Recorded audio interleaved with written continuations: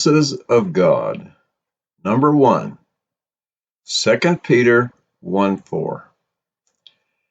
Whereby are given unto us exceeding great and precious promises, that by these ye might be partakers of the divine nature, having escaped the corruption that is in the world through lust. 2 Peter 1:4. They were once a decent, respectable family, living in a nice house, in a nice neighborhood. The children rode their bicycles on the safe streets. They had 2 cars and plenty to eat. But then Dad lost his job. He was educated and experienced, and his skills were in high demand. His pay was good, but then the company downsized.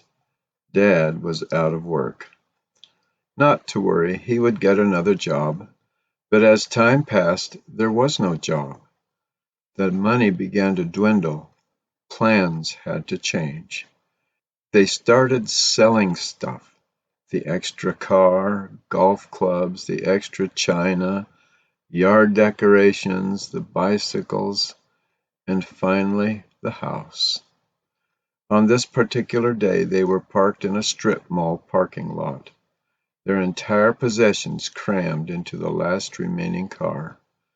No gas money, no way to take a bath. Dad couldn't bring himself to look for work. He was no longer presentable. How had they come to this? Presently they saw a man walking from the grocery store across the parking lot, heading straight for their car. Uh-oh, now what? Where will we move to? I've watched you folks out here for the last 3 days, the man started. What seems to be the problem? Before Mom and Dad could formulate an answer, little Frankie simply told the truth. That's all he knew to say. We're broke, and we're out of food, and we're hungry. Well, that's a straightforward answer. Nothing wrong with a little honesty, the man replied, but his eyes told a story of their own: gentleness, kindness, understanding. You folks come with me. As they started across the parking lot toward the store, the man explained. I own this store and I want to feed your family. You grab a shopping cart and fill it up. And don't be bashful, I'm buying. Mom and Dad didn't know what to say except thank you. As they wheeled their cart down the aisles, they picked out a few things here and there. They did not want to take advantage of the stranger's generosity. But the 3 kids, they went through the store piling all kinds of good stuff into the grocery cart. Mom and Dad were embarrassed. Presently the store owner came by to check on them. He began to chat with Dad, quizzing him about his work history. The more they talked, the more excited the man became.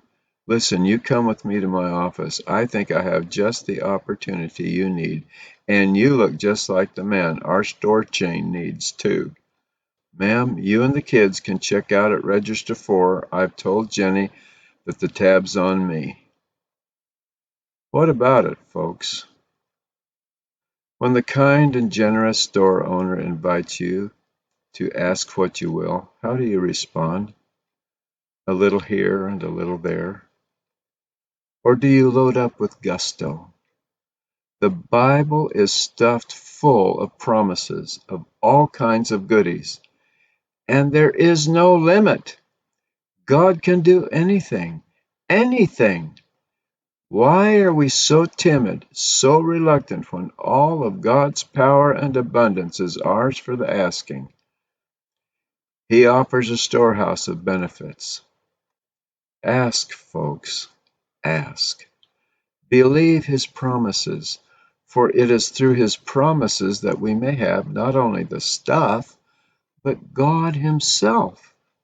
Want to be free from the sin trap? Want to walk free? Want to be clean for a change? The secret is in receiving the promises of God. Stop the stinking thinking. Start looking for the promises. The Bible is full of them. whereby are given unto us exceeding great and precious promises, that by these ye might be partakers of the divine nature, having escaped the corruption that is in the world through lust. 2 Peter 1:4.